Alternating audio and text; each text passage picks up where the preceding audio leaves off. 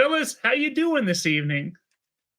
Before we go any farther, I want you to address me by my new name. What is that? Smitty Snapback? That's correct. From this point forward, I will be Smitty Snapback. Why? Logan, do you get this? Do you understand this joke? No, but I think we're about to find out. Okay. Smitty, what's it mean? Well, Okay.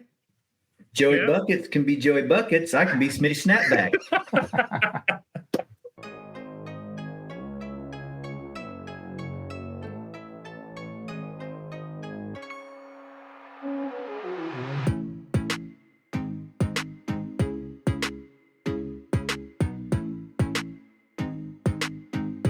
Hello, Frolfers. Welcome to the Players Meeting, a Win Dummies production. So happy you're here. And guess what? We are at episode number 23, and it's coming at you right now. We're going to recap Idlewild. Another double G disc hits a spotter, an editor strokes a competitor, and hole 13 causes destruction for one unlucky player. We'll talk about the performances of the weekend and look back at our picks on Idlewild, and also take a quick peek into Worlds in a couple weeks. But before we jump in, you've heard this spiel before, but I wouldn't say if it wasn't important. If you have not, please subscribe to the Disc and Deals coverage YouTube channel and ring that bell for notifications so you do not miss an episode. Share this podcast, give us a like, comment on it. We'd love to hear from you. You can find us wherever you listen to your podcasts as well. So if you don't want to follow us on the YouTube, you can check us out on Spotify, iHeartRadio, Google Podcasts, all of the things. We are there. Let us jump into the action with the main star of the show, the one-time world champ, Chris Smith, aka Smitty. And you know what? We liked him so much, we couldn't get enough of him. We brought him back. Mr. Logan Harpool. Fellas, how you doing this evening? Before we go any farther, I want you to address me by my new name. What is that? Smitty Snapback? That's correct. From this point forward, I will be Smitty Snapback. Why? Logan, do you get this? Do you understand this joke? No, but I think we're about to find out. Okay. Smitty, what's it mean? Well, Okay. Joey Yeah. Buckets can be Joey Buckets. I can be Smitty Snapback. Yeah, None of you guys claimed it. It's been there You're for right. years. I know. I wear this every episode.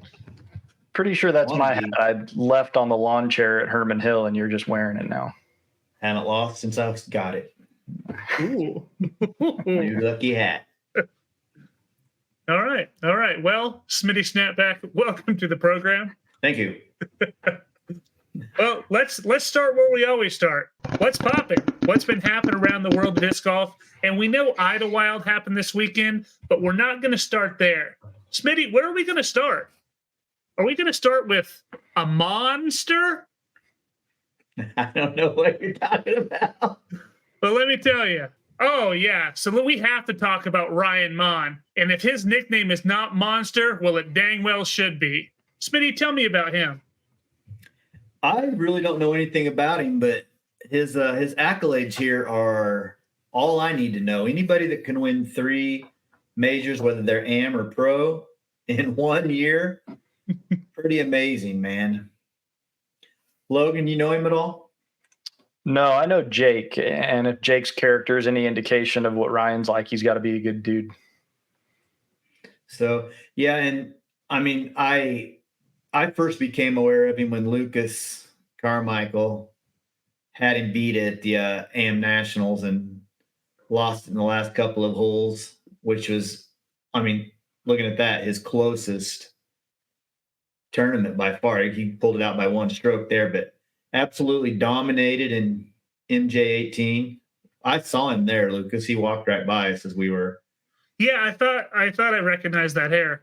Yeah, we watched the lead card play their upshots into 18, and then he walked up afterwards. So he had already won that, and then winning AM Worlds by 6. I mean, I tell you what, man, to play that well at 3 tournaments, big tournaments over 5 days is pretty impressive no matter who you are.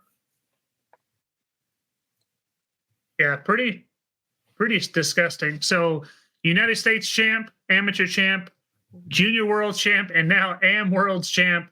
That's pretty cool. That's special. I wonder if that's been done before. I would doubt it.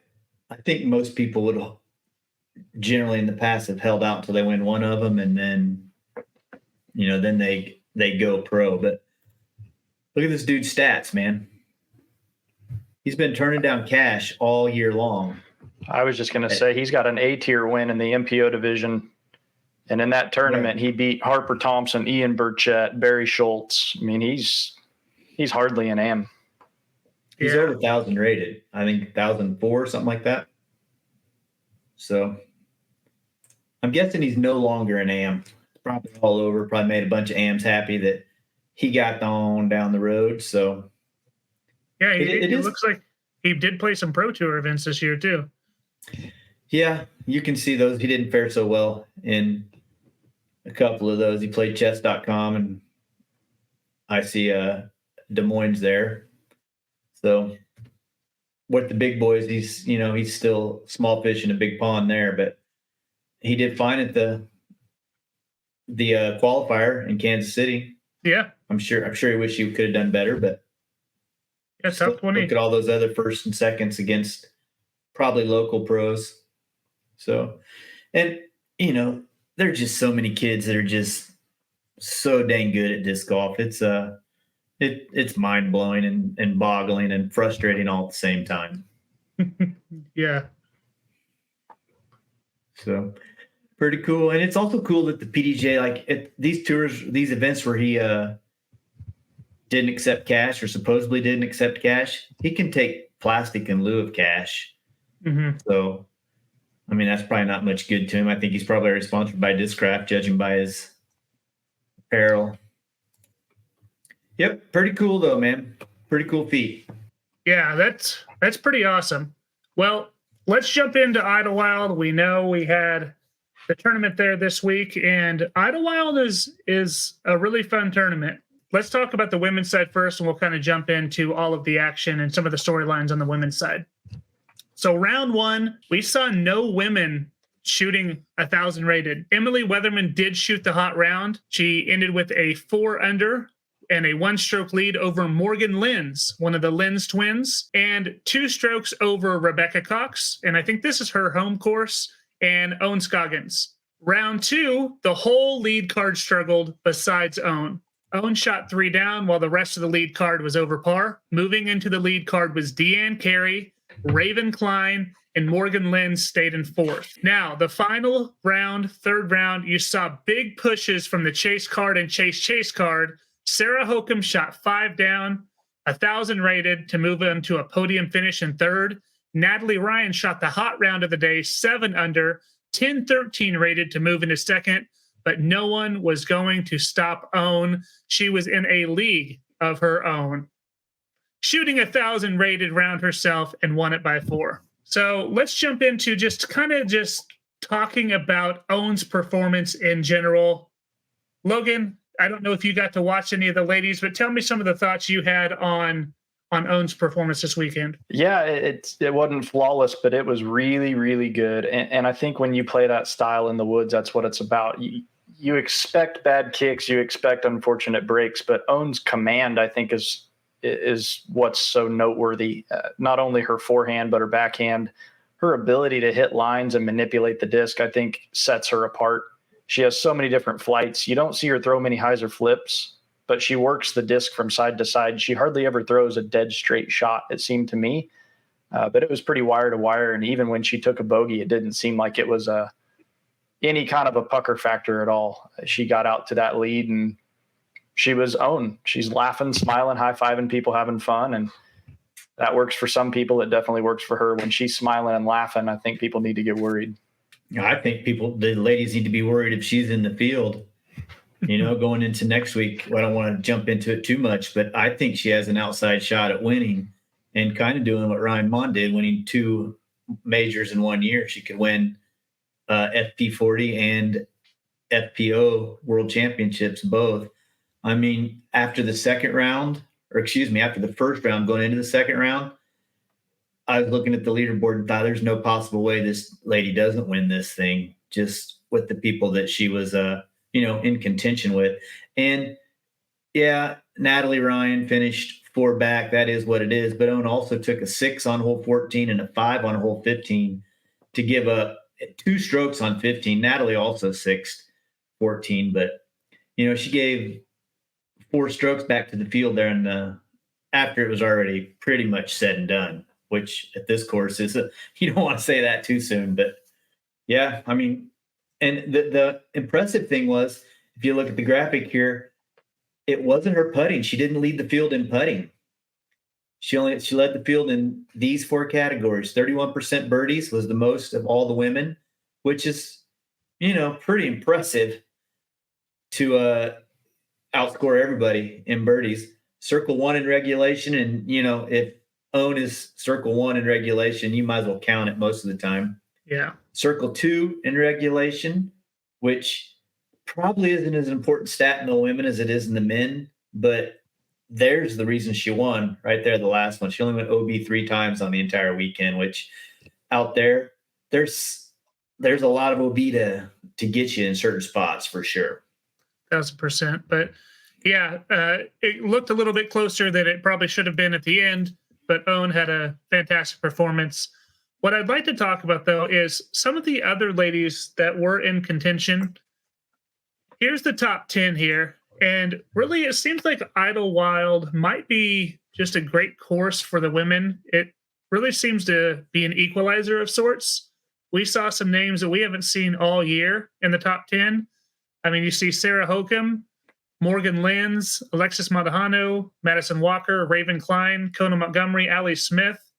Smitty, anyone here stick out to you besides Owen herself? I don't know if you said equalizes the field. I wonder if it handcuffs the field more than equalizes them. Okay. Because outside of Owen and Holland in that list, there's not a lady I would put money on to win in any tournament with the rest of that field. So, I don't, and honestly, outside of Owen and Natalie, it's a blowout, really. It is.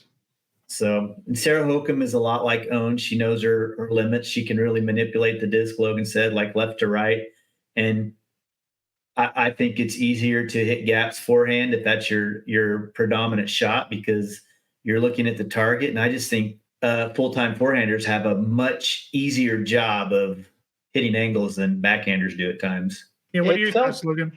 It felt a little bit like last week. We talked about Sunset Hills being an equalizer. It kind of took the disc out of people's hands, like Holland and Ella, who can blow people's doors off in distance competitions. But I almost gravitate towards this being, I don't want it to be the primary style for the women, because I don't believe that it's a ton of fun to watch men or women play this kind of wooded golf. But I've heard the comment multiple times that people like watching the women more because they have to be crafty and they don't throw 500 feet.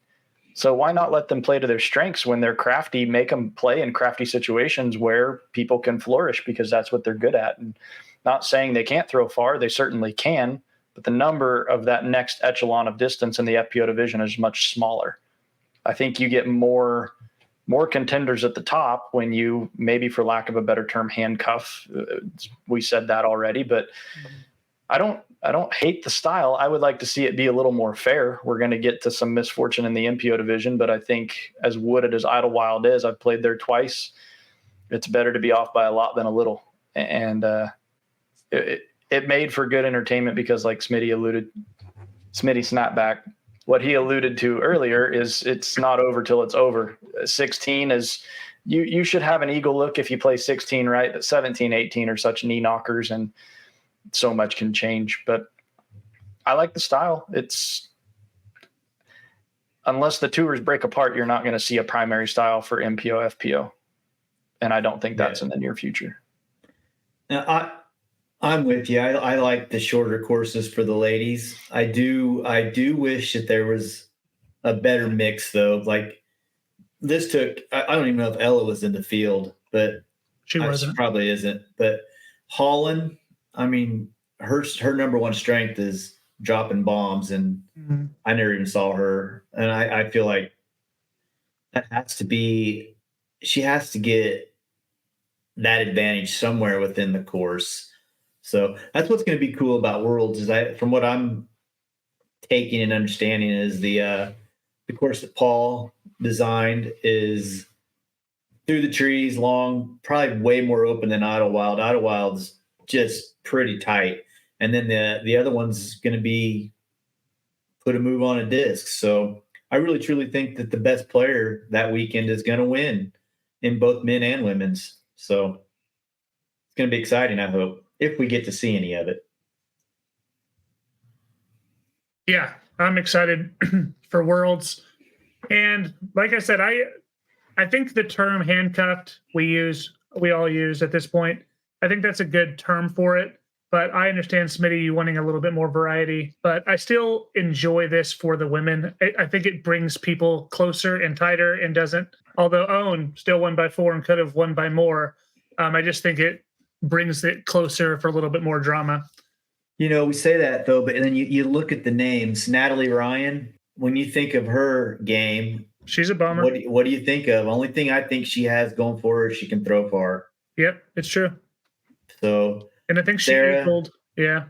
Flicker, we got that. Morgan Lynn's Flicker.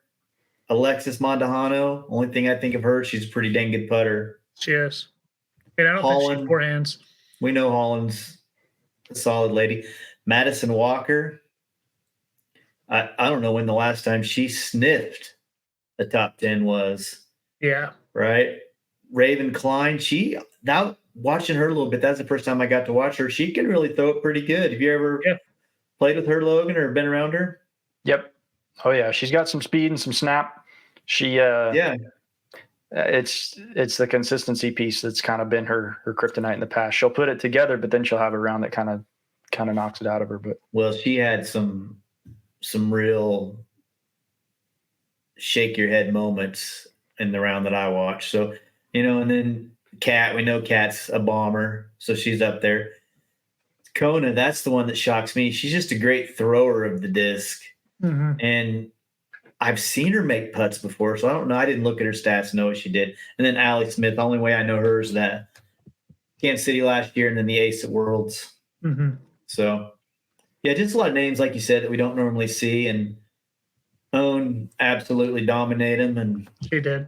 Well, let's talk about someone that we don't see in the top 10 there, and that's Missy Gannon. This week she had some unfortunate things happen to her. An editor, while editing, realized that she had miscounted her strokes on a hole, and she was penalized. I don't know exactly how this went down. I didn't think video evidence was something that you could look at. And let me read what Missy said. For the first time in my career, I reported the wrong score for myself on hole 4 yesterday. It was not contested by anyone in the moment, but was later realized while footage was being edited together for post-produced coverage. I was notified, the penalty was assessed, and now we're moving on. Poop happens. All right, Logan. So tell me what you think here, how this all played out. Should it have played out the way it did? We do have a slide that's going to show the actual rules on this, but I just want to get your feedback first. Yeah, I'm going to lean towards the rule book and say that video evidence cannot be used to make a ruling. Meaning, to me, that means disc inbounds, out of bounds, foot fault, things like that. It's not like USGA or PGA where fans can call it in and get someone stroked. My whole take on the thing, number one, how did the other 3 card mates not catch that?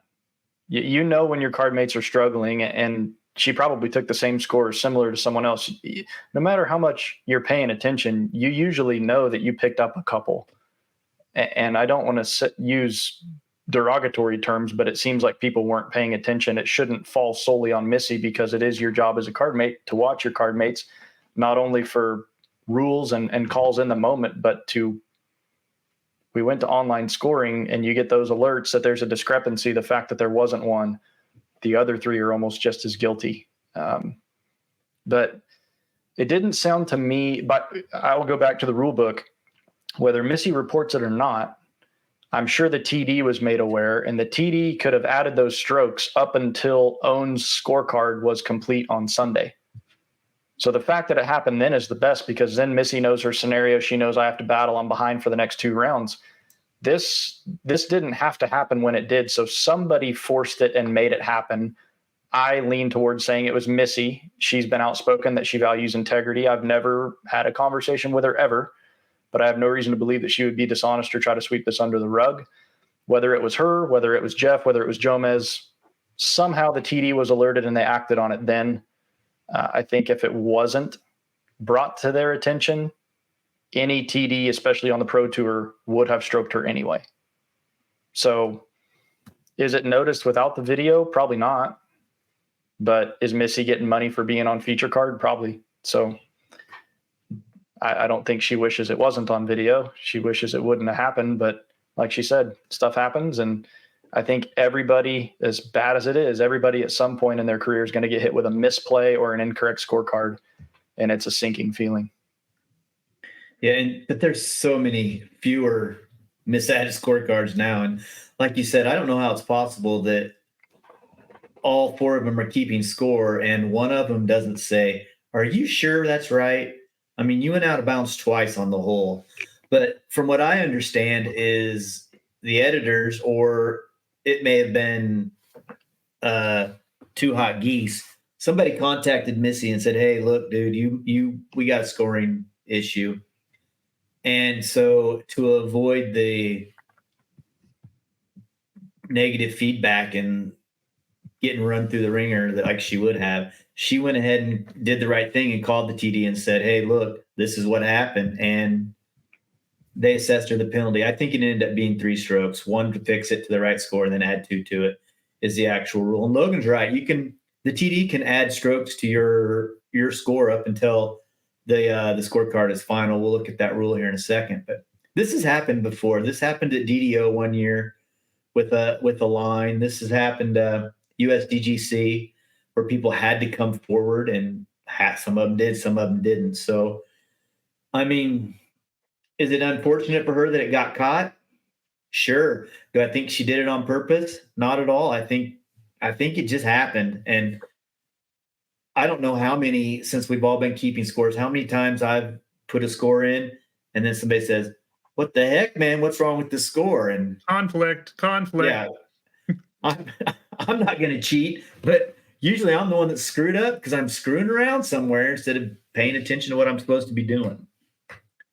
So, and side note, if you guys didn't know, there's an option on the app where you can keep all of the names in the same order, like a paper scorecard, or you can have it so it flip-flops teen order.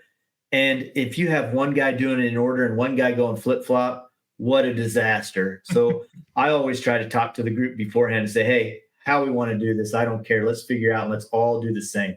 And most people like it to flip-flop. Yeah. So let's look at that rule. All right. So this says the rule is 808 scoring.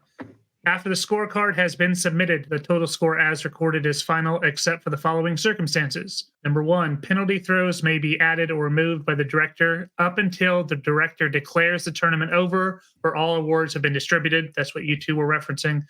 Number 2, if a player submits a scorecard where their total score or whole scores are inaccurate or incorrect, improperly recorded, or missing, 2 penalty strokes are added to the correct total score. Those penalty throws are not added when the score has been adjusted for other violations determined after the player has submitted an otherwise correct scorecard. And 3, a player is not penalized if another member of the group submits an incorrect scorecard. Unfortunate for Missy to have to deal with this, but I think she handled it the right way. So when, Smitty, you run a lot of tournaments, when is a tournament over? Is it when the last putt falls or when the last scorecard's in? It's kind of gray according to that, isn't it? I've seen before people win tournaments and backhand their hat into the crowd. Well, if you did that during the round, it'd be a practice throw, right? Even though it's not a disc, you can't throw things.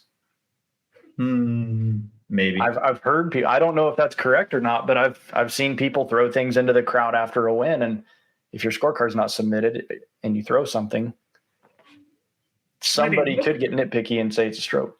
Smitty, what was that situation? Somebody comes at me with that, I'm gonna say, "Get lost, Joe." I bet somebody would. Smitty, Maybe. remember earlier this year with Charlie Goodpasture? I don't remember exactly I do what remember. happened. I don't remember. I think his was kind of the same thing, just a scoring error. So And it felt like it was done after the fact, right? Because he was notified the day after, and well, we saw the results, and it had him winning, and then something else happened, and he didn't win. I can't find it. Yeah. Anyways, I just know it's a similar situation where TD had to make a ruling, and it ended up costing Charlie the win. Yep. I've been a victim of this. When we played Jones Gold at Dynamic Disc Open, I had a misplay. I read a rule wrong. And then when I was reporting the misplay, I noticed hole 18 was a birdie when I took a par. So I called and said, hey, I'm actually one worse. So I went from 26th to 90th at 9 o'clock at night. You sleep better knowing you did the right thing, but man, it's a bad feeling. It's the right thing to do, though. Yep, integrity matters. And let's move into the men's side of the coin here. And this got pretty interesting. So round one, let's start there. Ben Calloway shoots the hot round first day. He shot 10 down to take the lead by 1 over Joey Buckets, who shot 9 down. And at 8 down, we had 2 people, Greg Barsby and Vinny. So a nice little lead card going into round 2. When people started kind of figuring out this course, Isaac Robinson shoots a 13 under 1076 rated round to jump up 30 spots into third place. Luke Humphreys shot 11 down, jumping up 39 spots to put himself on chase card. Vinny matched the round of Luke and leads by 1 over Joey Buckets, who stayed consistent, shooting another 9 under. And then the lead card will be rounded out by Emerson Keith going into Sunday. And on Sunday, final round, this is when some fireworks happened. Isaac looked to be in control most of this round. Going into hole 12, he had a lead. 2 bad shots that didn't sting him, and he actually pulled off a bird, and it seemed to put some doubt in his mind. Hole 13 through 15, it ended all hopes for Isaac. After hole 13, Buckets found himself in the lead. An errant drive on 15 and a Vinny Eagle gave us a ball game. Vinny threw a great drive on 17 to give himself a long look, and Joey put himself in the perfect spot. Vinny missed short. Buckets clutched up with the shot of his life to take a 2-stroke lead into hole 18. And after the drive on 18, it was pure. We knew this thing was over. But the fireworks were not, because Buckets nearly drained his patent pending, leaving himself a drop in for the win. And congratulations to Joey Buckets, the first-time winner on the Disc Golf Pro Tour. It's always cool to see someone get their first win.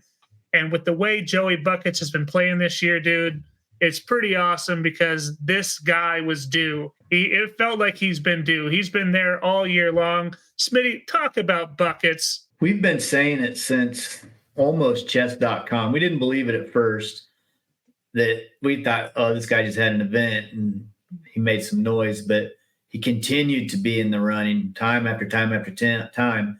And we've said that it's not going to be if Joey Buckets is going to win. It's going to be when is Joey Buckets going to win. So we've known for a while that he was just on the cusp of getting it, but pretty crazy.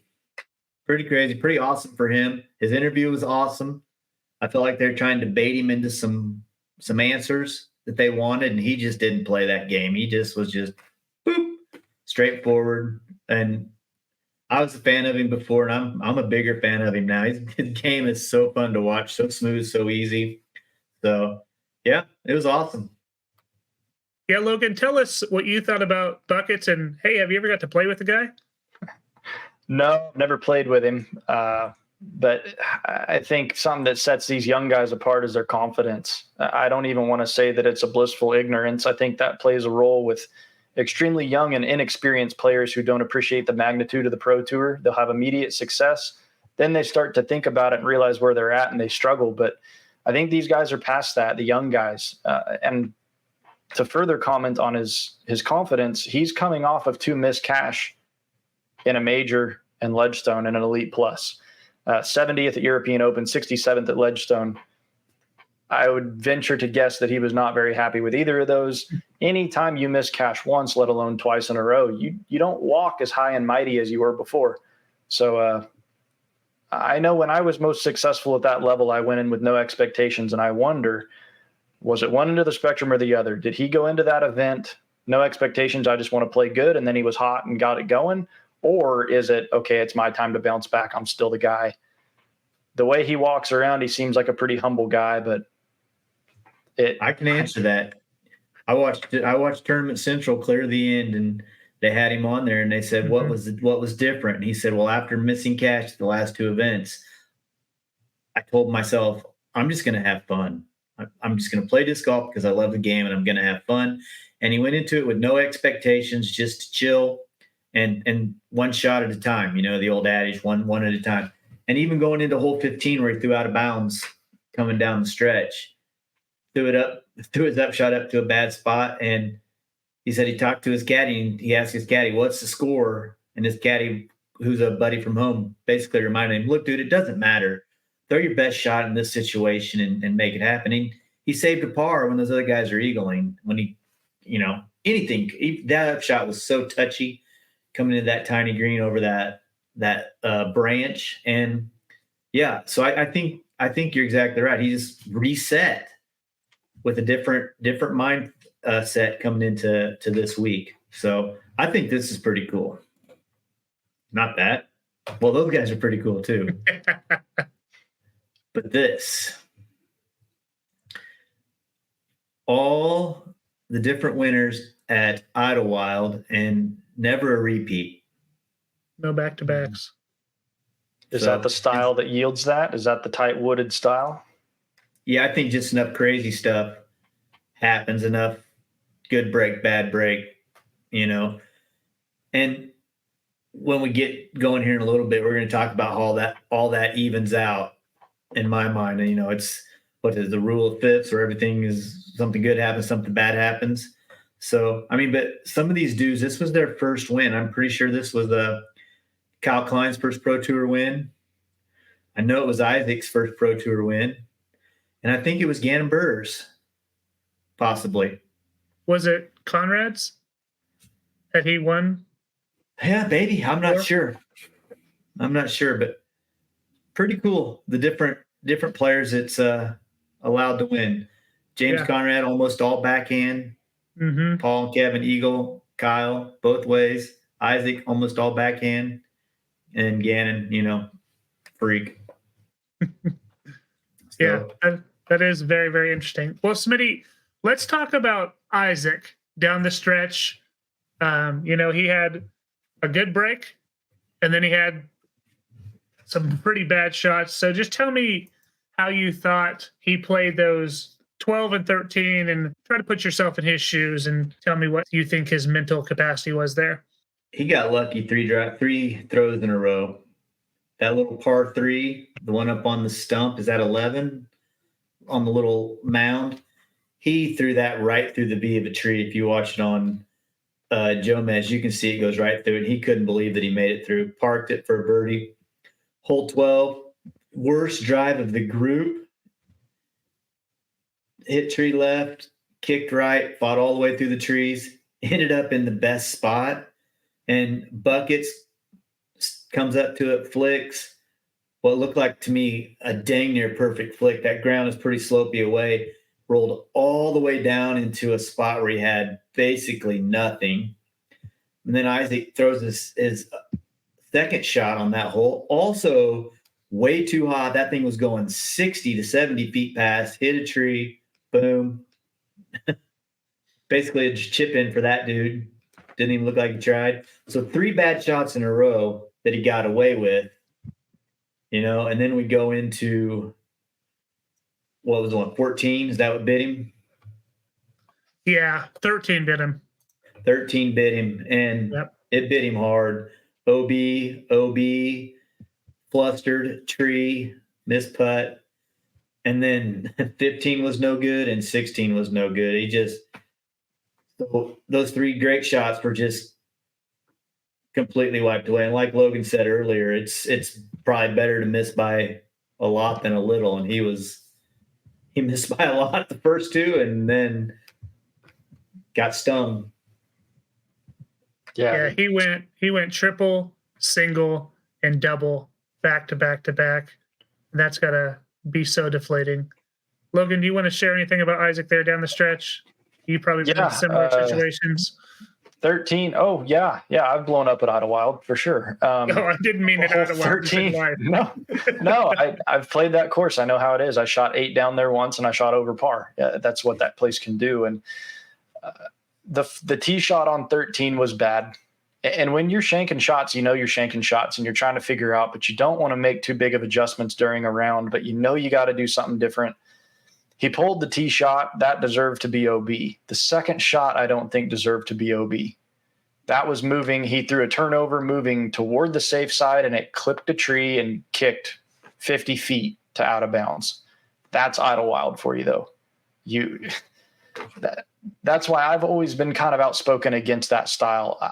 Granted, he was not in the fairway, but even if you're in the fairway on that hole, there are 5 or 6 gaps, and you can't say which one's better than the others. You just pick one and you go for it. At least that's what I remember. It might be cleaned up now. But if I'm going to play in the woods, I want to see one line that's better than the rest. You could say, well, he's out of position. He didn't have it, but he had a line to the basket. I think he was close to puring it, and it kicked him off. I like to see shots like that rewarded. But another thing, when he's throwing bad shots and getting good breaks, it's easy for someone like Joey, or you probably know people at your local mini or that you play tournaments with, that under their breath, well, why do they get the kick to the fairway and I don't? Joey stayed tough. He didn't play the victim card. At least it didn't seem that way. He wouldn't have been successful if he did. So props to him for keeping his eyes on his own game and not letting Isaac's breaks prior affect him. He stayed on the gas, kind of knowing that, hey, Isaac's off. It's a matter of time before one of these doesn't go his way. He benefited from it too, coming down the stretch, a good break. The hole where Isaac threw the terrible shot and Joey was in the stuff, he threw an awesome patent pending that wasn't going to get to the pin, which kicked a tree and gave him he still had to earn the putt. It was still circle's edge, but it was going to be nowhere near where it ended. But yeah, you're right. You can get one bad break the whole round, and you can play with somebody that feels like they're only getting good breaks. And if you go talk to them, they're going to say, oh, he's getting all the good breaks and I'm getting hosed every single time. Woods golf is so taxing on your brain, man. It's hard to just relax and have any fun, especially when it's going good. It's okay, but when it starts to go south, look out, baby. Mm-hmm. So yeah. Show. So let's talk about Calvin for a second. Okay. Right, Calvin's right there. What, 2 strokes back? Mm-hmm. That guy had at least 5 putts that he missed by 1.5, 2 inches low. Always dead center, always low. The Calvin miss, that's the only way he ever misses is low. I say that, and then I remember he did doink one off the top too, coming down the stretch. But if that dude just fixes those inside the circle putts, he's a phenomenal putter, obviously. That's why he's one of the best in the world. But to be the best in the world next weekend or 2 weekends from now, he's not going to be able to have any of those inside the circle misses. So, and that's always been something that's kind of plagued him when it gets tight, which I get it, man. Disc golf is hard and winning's harder. So I guess another person that we could talk about too is Ezra Robinson, who ended up tied for second. He got 8 of his last 9 to jump up into that spot. And I didn't know if we wanted to mention his performance or anything you noticed watching him on coverage. Yeah, I wanted to bring him up because I was watching those scores and I thought if he birdies 18, it'd be birdieing out for him. And if Joey doesn't get out of that tunnel clean, that's a playoff. And 18 is, from what I remember, it's not uphill, but there's kind of a bump you have to throw over. So you can't just hammer flat. You kind of have to put some air under it. Well, when you put air under a disc, the nose is up, it wants to hyzer. So you got to throw a flippy fairway, but you can't flip it too much or you hit the trees on the right. You can get sucked in or kick across. That hole is so hard. And I like what Joey did going driver. If you're going to pure it. The last thing you want to do is pure it with a putter and then be 100 feet back from the opening and you really can't access the pin. He sent it, he did it, and I think the drive was the dagger. The patent pending off the cage was just kind of the icing on the cake. But when you can see the basket, that's game, set, match. Yeah, as soon as his drive came to rest, it was over. It wasn't going to take him more than 3 max to get it in the pin from where he was at. It did look like he was maybe 200 feet out. So, but Ezra is going to win, and I'll say it here, recorded. When Ezra wins, it will not be by a single stroke. I think Ezra's going to get hot. It's going to be his weekend. He's good. He's got unlucky. One of these weekends, he's going to have fortune on his side too. And when Ezra wins, he's going to be able to coast. He's too good not to. Yeah, he went 6 down, 9 down, 11 down.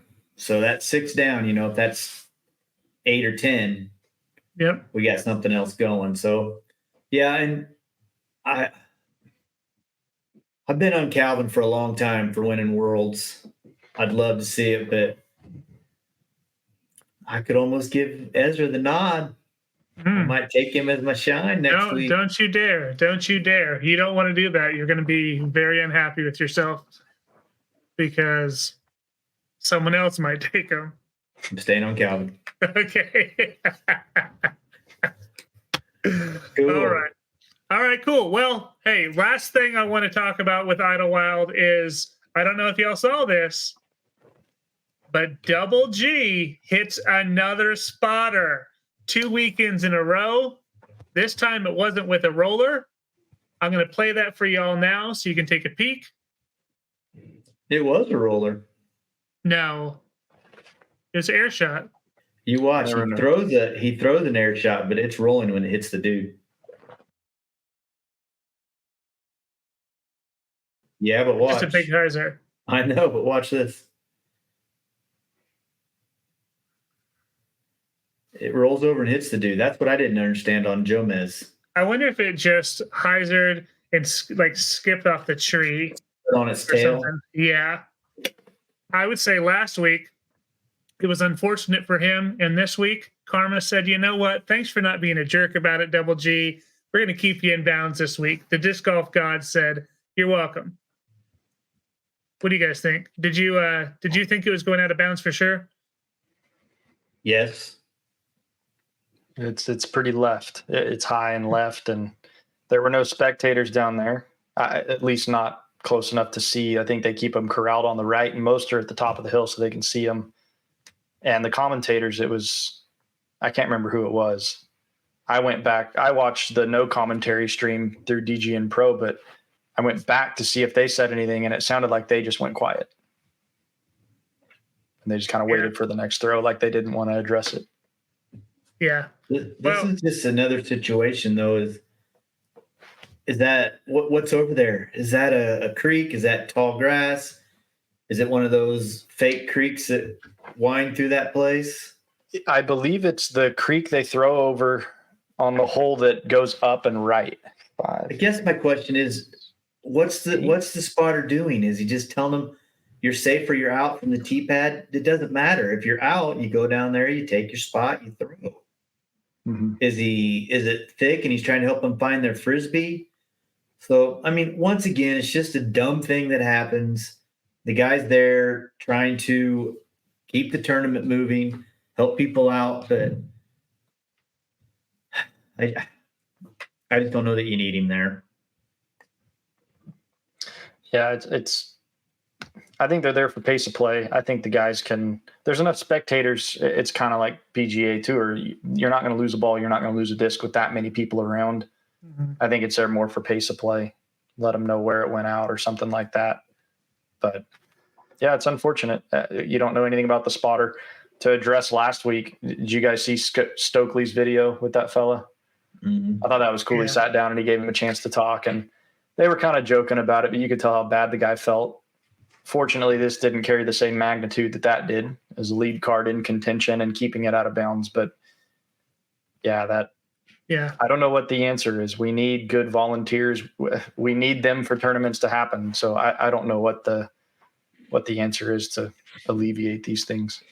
Yeah, I would say that one looked more of a fluke one than the last one that we saw last week. But regardless, it just seems like just get out of the way. Like you can just stand out of bounds or like over more. You don't have to be in the play. You can stand behind a tree. You can still call things and not be in the field of play.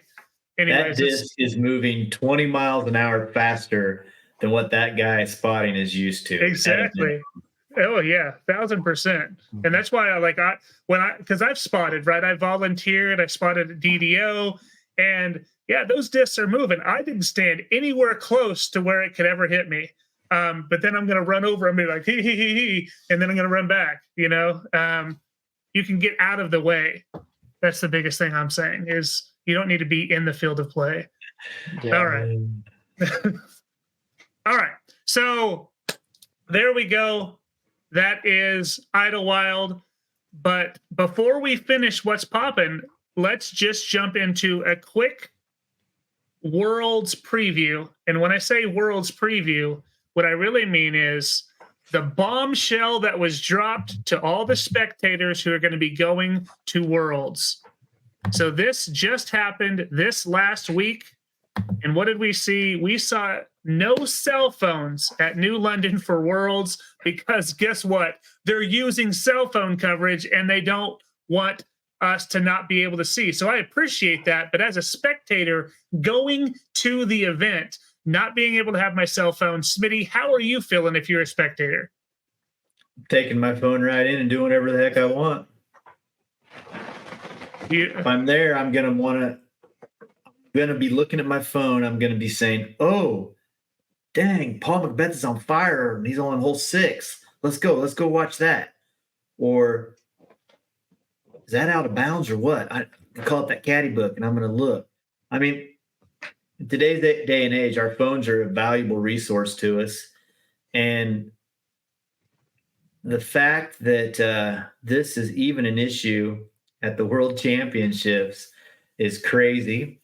Part of me, a little bitty tiny part of me, hopes that they can get no cell phone coverage. No, I hope that we watch pixelated disc golf for 5 days just so I can hear the stink and see the stink that it creates. Because isn't that something that the PDJ should have taken into consideration when awarding them the major? Yeah, but wasn't this one of the ones where no one wanted to do Worlds? Was that there was like hardly any bids? Was that part of it? Maybe the PDGA should take it over and run it. Yeah, that's fair. Logan, what are your thoughts? Somebody else. I am going to take the opposition on this one. I'm going to liken this to the Masters in Augusta, Georgia, where no spectators have phones for other reasons. It's not because they don't have service, but they don't want everybody with their face on their phone. They don't want reproduction. They don't want firsthand videos of John Rahm and Scotty Scheffler. They want people engaged. They want people buying the $12 egg sandwiches or whatever it is. And that's Augusta National for you. There's no cell phones. Everybody's engaged. Everybody's watching. If I'm going to watch, and I went to Masters Worlds to watch Smitty and Barry and watch Joe Revere and McCabe, I wasn't on my phone for that. And that was Masters Worlds. It's still fun to watch. I'm not going to an event to look at my phone. I'm usually pretty privy to scores, and Smitty has a point talking about checking scores, but I don't hate it. And I don't think that they even had to, I respect the transparency, but I don't think they even had to say we need the cell phone signal. I say ban the phones altogether and make people be present in the moment. With James Conrad's throwing in Utah, you go back and watch the footage, there's not a lot of people standing like this. Everybody's celebrating, going crazy. I was at Circle's Edge when that shot went in, and I was not on my phone. I saw it with my own eyes. And if you're worried, well, I want to get it on video. Do you think you can't find it on video somewhere? The best shot in the history of disc golf? No, I saw it with my own eyes. It was me, AJ Risley, Eagle, and some other guys sitting on a log. And when I go back and watch videos, I can zoom in and see me there. I like moments. I love sports atmospheres, moments. I do not want to watch it through my phone. I want to see it with my own eyes and be there. All right, I'm going to be watching it too, but I'm going to be checking to see what's going on everywhere, and I'm going to want to know every little thing I can get. So, yeah, I'm not going to be recording it, but I think they're going to have a hard time, man, enforcing that if they truly do. That's my question is, how are they going to police that? I mean, it's going to be very, very tough. How do they do it at Augusta National? Like, do they pat you down? I've never been to something like that. I don't know, but I mean, to get in the gate, you're paying a pretty good amount of money, and people know what they're getting into. I don't think you have to pry the phone out of anybody's hand to get in there. Yeah. All right. That's fair. Yeah. I think so. I'm just very interested to see how they police it and the uproar it's going to cause if they take someone's phone away. I'm just going to sit back and just wait for all of the people to comment. Can't wait. This occurred somewhere. Was it the Fort? Was it Utah Worlds that it happened? Where this was a problem somewhere else where they didn't have cell. Well, if it is, that's why nobody had their phone out for the holy shot. Or was it WR? Not WR. Where was Hall of Fame Classic? I'm not sure. Was that WR? Yeah, I think that was the one that was at the International Disc Golf Center. I feel like that. I don't know. This has been a problem in the past somewhere, but I don't recall what. And I wish I could remember. We actually have one more thing to talk about before we. Yes, I forgot. So if you have not, everyone, I need everyone right now to go watch the very opening moments of the final back nine of Idlewild on Jomez. And there is a little hot mic moment between Yuli and Big Germ that you have to hear. Good thing to watch while on the toilet.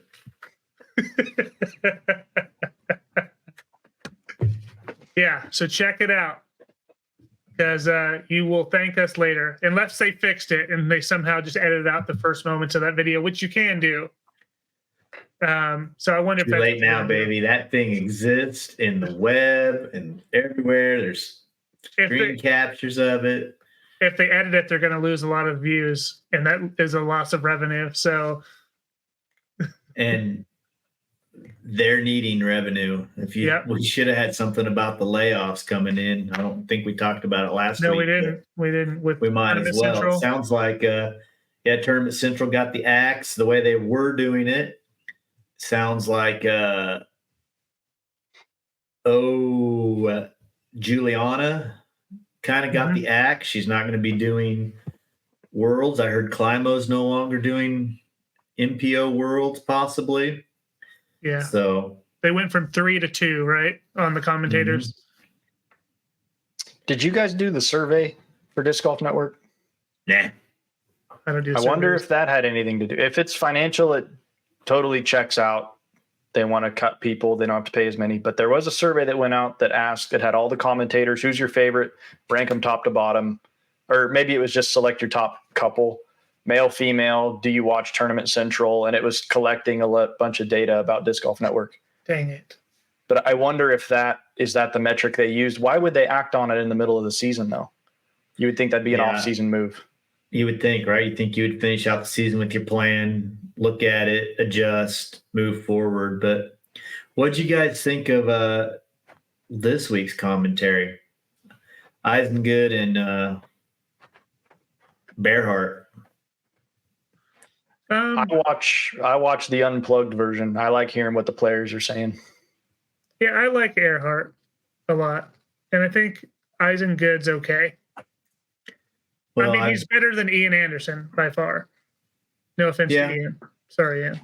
But I also think disc golf is just quirky enough that I kind of like the commentators to not be so straightforward. And I think Eisengood probably actually a sports commentator. So he's sounded like it was more like watching golf on TV. And it was, some people really love that style. I'd rather have some funniness.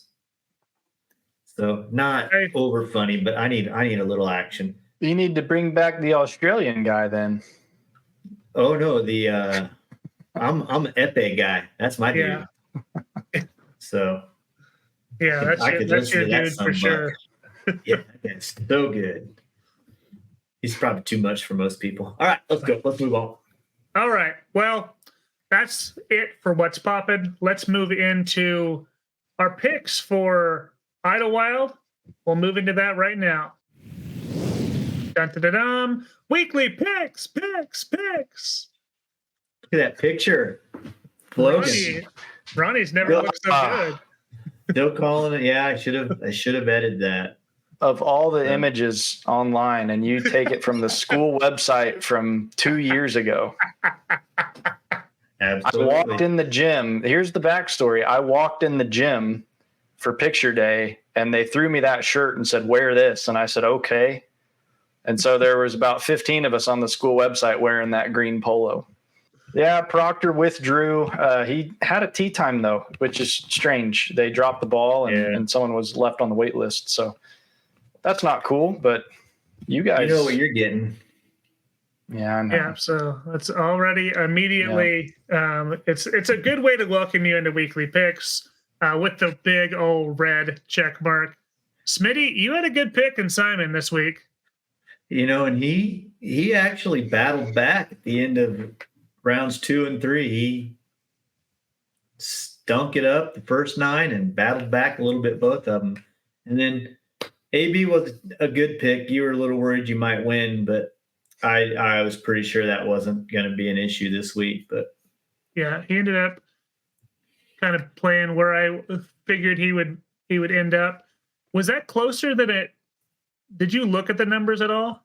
Yes, I did. I got them right here. It was closer than it appeared, just because I know AB has been so high this year in his finish. AB's average finish is 17, so that's a difference of 26, and Simon's average finish is 24, so that was a difference of 34. Okay, I thought AB's was higher. So, all right, but yeah, great pick there. Great. Thanks. Green. Fun getting green. Getting green. This is nice to have Logan here, so we don't have to get red. This was a battle. Yes, it was. These guys were all not doing great for a long time and battling it out. Man. Yeah, so you'll have to understand, if you look at this just by the sheer number here, Logan, you know, KJ finished 43rd. Your guy finished better. It looks like he's better, but it's because he's not been as sucky as KJ.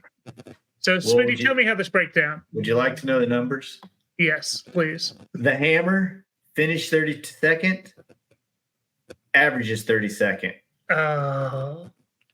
KJ USA, who was playing so well until Lucas picked him,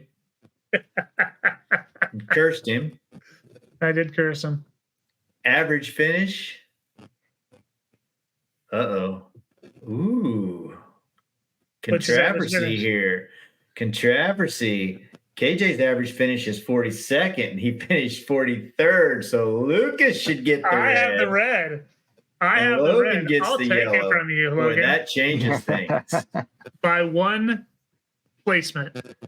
Yeah, I'm desperately trying to find the note on my phone that I had these picks, because right under Hamas, I had Marweed. and I said That would've been- Hamas. That'd been good for you. He plays good there every year. He's a great putter, man. He had made so Dang many it. killer putts. Wow, Smitty, you have an opportunity now to go green, green, green. The first time it's ever happened. Let's see what happens with Shine.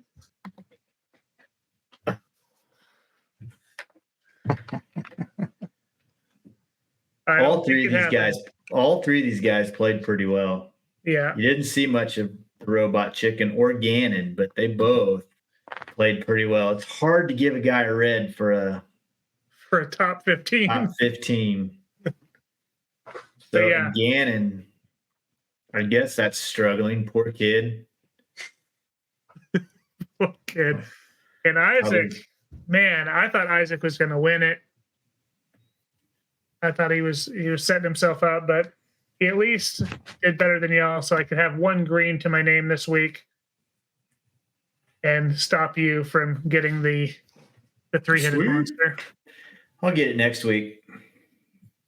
Well, yeah. For sure. Next week we're going to do a World show, and we will be making picks for Worlds. We're not going to do it tonight. I'm thinking we'll probably – I want to get some course previews. I know we can find New London out there. We can find other people playing it on Foundation. I haven't looked at it much, but I don't know anything about the other course. And, you know, these dudes – some of these dudes are already there practicing, I'm sure, are on their way there. Oh, yeah. And then some of the names that didn't play at Idlewild that do practice rounds, Ezra and Goose, I'm sure they are there already. So I wouldn't be shocked if we don't see one tomorrow. Yeah, I'm hoping so. All right. Yeah, well, we also have our Survivor League. So let's take a peek at it. And then there we go. Kyle Klein goes off the last round to get into a top 10 or top 15 finish. So Patsy and Kyle Clement, you can thank Kyle Klein. Vinny and iRob were never in any doubt. So Tyson and Sean, everyone got the green behind them this week. So you all survive again.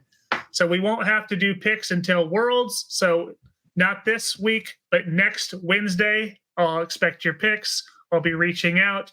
And man, will one of you lose? I'm hoping it's quick so that we can, we can get back in. I'd like to start playing again. I need to, donate my money. It's getting tougher for him, man, but I think they've also got Ezra. Yep. I think all of them have Ezra, but one person. Tyson picked Ezra last week. It's going to be fun. Yeah. It was fun watching Kyle Klein catch fire, and I was giving Patsy crap all day, and here comes your guy, I was trying to get her to say something to jinx him, but she finally did, and it looks like he took a bogey on 17 and a par on 18. So I wish she would have commented a little earlier. Yeah, but just enough to get it done. So pretty fun though. That Survivor League, when it's down like this is, I think, the first time we've had people that have gone consecutive weeks with this, I think, more than 4. So it's pretty cool. And it's late. I think we are 7 weeks into this one. This is by far our longest. Yeah, for sure. Yep. All right, guys, we did it. Another episode down. Logan, dude, thanks for coming back. Like I said, we couldn't get enough of you. We love your insight.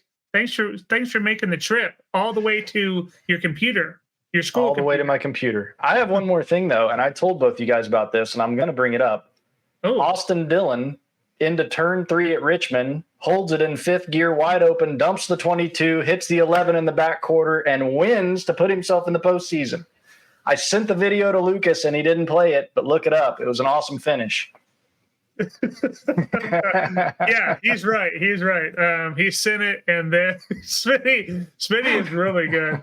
He's not frozen, folks. This is just Smitty's a great actor. He was a mime in another life. I tricked myself for a minute. Yeah, Logan, but you only had to watch 499 laps for all that excitement. And it was worth every mile. It was awesome. Yeah. Logan watches the races. Does anyone else? If you watch races, comment so Logan can have some friends. Wait. Ronnie's going to Daytona. Oh yeah, but it's work related, isn't it? He's going to be at the track. That's the setup. Hang on. If it focuses, I got NASCAR down here, and I got Disc Golf Network up there. I got them both going at the same time. So I was watching Disc Golf Network, and then as soon as that's over, the race comes on the big screen. Well, you made it work. I was watching Olympics and disc golf. But no, thanks for having me on. Thanks for calling in the B team for another week. I like this. It's fun to talk disc golf and bounce ideas off of each other. We don't always see things the exact same way, and it's going to be interesting to see how things play out. That cell phone thing. As a teacher, and Smitty, you probably fight the same thing, even though we're at different levels. Cell phones are a huge distraction. It's like a nervous tick that people have when there's no stimulation. They have to reach for the phone. Just enjoy life and enjoy what's right in front of you. And I almost wish they would have pitched it that way rather than we need the signal, because now it's got everybody wondering, are we actually going to be able to see it? Yeah. And could you have picked a different spot? A little bit of pre-planning would have been cool. Well, this is what we run into at Maple Hill every year. There's the dead zone there. They'll know, they just won't film those holes, and you'll miss the coverage and have to go catch those holes post-production. So, or maybe they're doing a good job now of cutting to shots that have already happened. So maybe they can catch them and then cut back to them. They'll figure it out, I'm sure. So that is one thing I've noticed. They do a better job now of, like, not that there was a bunch of dead space before, but they'll show a tee shot and they'll immediately go to that same player putting. Yeah. So whoever's hitting those switches in the trailer is working hard for 4.5 hours. Yeah, they're not always showing watching them walk. Yeah, they're not always showing like people, being very bad too. If they're like having a bad round, they don't show them as much, and I think that's kind of nice of them too. Yep. You still have, Jomez still unfortunately has to show them because that's what they got. But yeah, you're right. There was a time where we just got the lead card, and if some dude was going south, we had to power through it with him. So yeah, that's hard to watch, man. I mean, we all have empathy. We've all been there probably too. So the one thing I don't like is when they say, "Let's throw it to Nate on the course." Yeah. Nate? Oh, looks like we go. Yeah. Yeah. So it's tough. I don't know. Right. I don't know to fix that. We're nitpicking at this point, though. Yeah, we are. Shout outs for the week, guys. Going into the week. Smitty Snapback, you got anything for this week? Dude, I got up and I actually went to real work today with kids. It was tough. It was tough. 7th grade boys they're a different breed of individuals. So shout out to me for doing it again tomorrow. Shout out to you. Shout out to anyone else doing things similar to Smitty, because we know it's tough. We were all, us boys, we're all 7th grade boys at one point. So we were actually funny though. Yeah, for sure. Oh yeah, no doubt. Logan, anything from you, sir? Oh, I'm always going to think dynamic. Without them, I'm not doing what I'm doing. And I have kids tomorrow, freshmen and new kids tomorrow, and then we have everybody back on Wednesday. So back to the grind, but it's good to be back in a routine. And man, I love playing disc golf. I love having tournaments to look forward to, because I have one every weekend until November. So I always have something to look forward to, even if the week isn't going the way I want. But I'm excited to have kids. If I'm at the school, I want kids in my room. These meetings, sitting through them, they're beneficial. I get it. But if I became a teacher to work with kids, so I'm excited to have my classroom full again and hit up some tournaments for the rest of the year as well. That's awesome. Well, shout out to my wife who's doing the mama thing so I can do the podcast. And I'm telling y'all, this kid thing is not easy. They just cry and cry and cry. And so, yeah, we're getting through that, though. And shout out to my job, because this is my 7th week off. This is my last week off, and I'm back to work. But 7 weeks for a dude is unheard of. All paid. So thank you, Bread Financial. Whoa, giving the plug. All right, boys. Well, let's jump into the 19th hole, which is the best shot we saw all weekend. Until next time, everyone, thanks for stopping in. Thanks for listening. We'll catch you on the next one. Take care. Bye-bye now. Alvin. Now, it certainly doesn't put a fork in it, but this putt pay huge dividends going into the final hole. 2-shot lead. Struggled with this distance in the past in these situations. This is what you live for. That is unreal. On the stripe, Joey buckets.